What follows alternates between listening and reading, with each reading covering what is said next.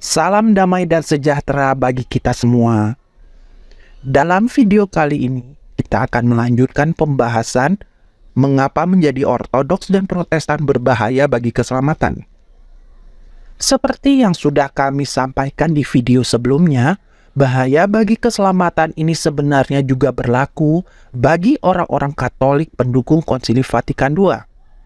Itu karena mereka semua, Ortodoks, Protestan, dan juga Katolik pendukung Konsili Vatikan II, pada akhirnya sudah tidak lagi setia pada ajaran iman para rasul, alias sudah jatuh menjadi bidat.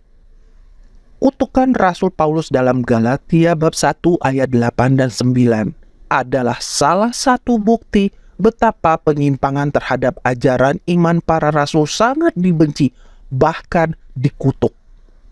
Selanjutnya dalam Adversus Heresis, Santo Irenaeus dari Lyon mengatakan bidat harus dilawan karena ia adalah musuh dari iman. Sementara itu Santo Cyril dari Yerusalem dalam pengajaran katekesenya mengatakan kita harus berpegang teguh pada iman Katolik dan menolak semua bidat serta skisma. Oleh karenanya, penolakan yang konsisten terhadap berbagai ajaran bidat adalah bagian yang tidak terpisahkan dari ajaran kitab suci dan juga sejarah gereja. Itu adalah perpanjangan dari semangat perlawanan dan penolakan terhadap semua ajaran bidat yang sudah ditanamkan sejak zaman para rasul dan bapak-bapak gereja. Silakan tonton terus video ini sampai habis karena kami akan menjelaskan mengapa tetap memilih menjadi bagian dari bidat sangat berbahaya dan fatal, terutama di masa akhir zaman seperti yang sedang kita alami saat ini.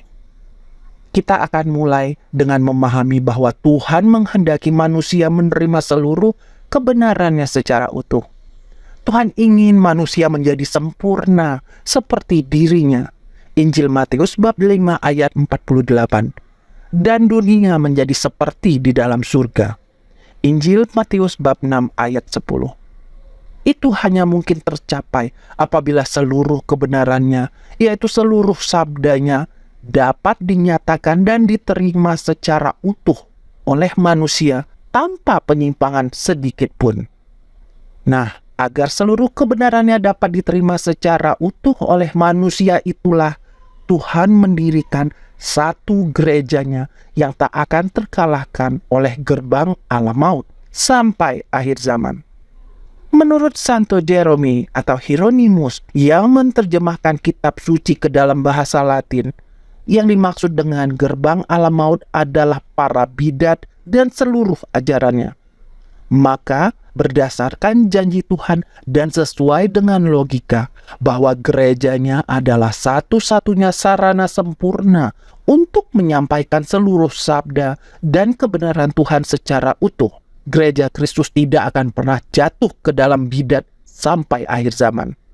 Itulah makna dari janji Tuhan bahwa gerejanya tak akan terkalahkan oleh gerbang alam maut. Jadi sekalipun di dalam kitab suci sudah dinubuatkan terjadinya kemurtatan besar seperti dalam Injil Lukas bab 18 ayat 8 dan 2 Tesalonika bab 2 ayat 3. Tuhan akan tetap menjaga gerejanya tak terkalahkan dalam bentuk sisa umat yang setia pada iman para rasul sebagaimana yang sudah dinubuatkan oleh Rasul Paulus dalam surat Roma 11 ayat 5. Ini seperti yang dikatakan Tuhan Yesus pada malam perjamuan terakhir. Simon, Simon, lihat, iblis telah menuntut untuk menampik kamu seperti gandum. Tetapi aku telah berdoa untuk engkau, supaya imanmu jangan gugur. Dan engkau, jikalau engkau sudah insaf, kuatkanlah saudara-saudaramu. Injil Lukas bab 22 ayat 31 dan 32. Ayat tersebut adalah tipologi dari kemurtatan besar yang akan melanda para pengikut Kristus di akhir zaman, di mana hanya tinggal Petrus saja yang tetap bertahan. Artinya, selain gereja Katolik, semua kelompok Kristen, entah itu gereja-gereja Ortodoks maupun Protestan, semua sudah lebih dulu jatuh dalam kemurtatan besar. Hanya gereja Katolik sebagai benteng terakhir kerajaan Allah yang tetap bertahan dalam ajaran iman para rasul berkat pertolongan Tuhan. Tapi itu pun tinggal sisa-sisanya, karena seperti yang dikatakan Tuhan Yesus pada ayat tersebut, meski imannya tidak sampai gugur berkat pertolongan Tuhan, Petrus pun sempat terjatuh sebelum akhirnya ia insaf kembali. Itu berarti sebagian dari gereja Katolik, yaitu mereka yang mendukung pembaharuan Konsili Vatikan II, juga ikut terjatuh dalam kemurtatan besar yang sudah dinubuatkan seperti semua kelompok Kristen lainnya. Dengan demikian, segelintir orang-orang Katolik tradisional yang menolak pembaharuan konsili demi untuk tetap setia pada ajaran iman para rasul itu adalah sisa umat yang sudah dinubuatkan oleh Rasul Paulus, surat Roma bab 11 ayat 5. Dalam sisa umat yang setia itulah nubuat bahwa gerejanya tidak akan terkalahkan sampai akhir zaman akan tergenapi sempurna berkat pertolongan Tuhan. Kepada para muridnya Tuhan Yesus berkata, "Kepadamu diberi karunia untuk mengetahui rahasia kerajaan Allah. Tetapi kepada orang-orang lain, hal itu diberitakan dalam perumpamaan, supaya sekalipun memandang mereka tidak melihat, dan sekalipun mendengar mereka tidak mengerti." Injil Lukas bab 8 ayat 10. Perhatikan baik-baik, ini adalah ayat yang sangat penting untuk memahami pesan yang akan kami sampaikan dalam video ini. Mari kita ulangi sekali lagi. Kepadamu diberi karunia untuk mengetahui rahasia kerajaan Allah. Tetapi kepada orang-orang lain, hal itu diberitakan dalam perumpamaan, supaya sekalipun memandang, mereka tidak melihat, dan sekalipun mendengar, mereka tidak mengerti. Injil Lukas bab 8 ayat 10. Dari ayat tersebut dapat kita simpulkan bahwa sabda Tuhan dirancang untuk dipahami secara utuh oleh para rasul dan semua orang yang setia pada ajaran mereka. Atau dengan kata lain, pesan kitab suci hanya mungkin dipahami dengan baik oleh orang-orang yang setia pada ajaran para rasul dan dalam pertolongan Roh Kudus. Sementara itu kaum bidat dan skismatik, meski mereka membaca kitab suci yang sama, mereka tidak akan mampu memahaminya secara utuh. Di sini kami tidak berkata semua orang yang setia pada ajaran iman para rasul pasti dapat memahami kitab suci secara utuh, tapi bahwa mereka semua punya potensi untuk dapat memahaminya secara utuh dengan pertolongan Roh Kudus.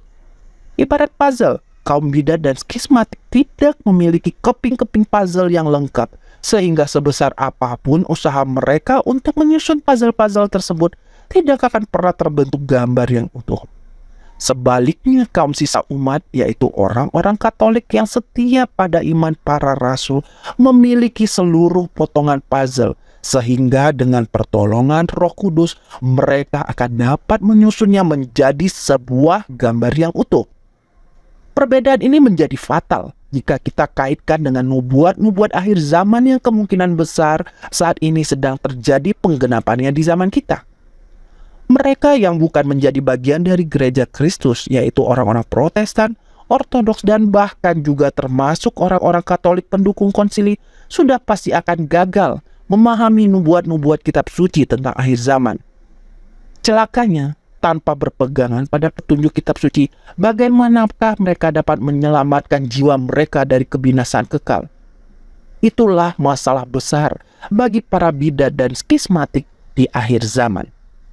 Mau bukti konkret bahwa kaum bidat pasti gagal memahami nubuat kitab suci? Mari kita lihat nubuat Nabi Daniel. Suatu kebaktian diadakan secara fasik menggantikan korban sehari-hari. Kebenaran dihempaskannya ke bumi dan apapun yang dibuatnya semuanya berhasil. Kitab Daniel bab 8 ayat 12.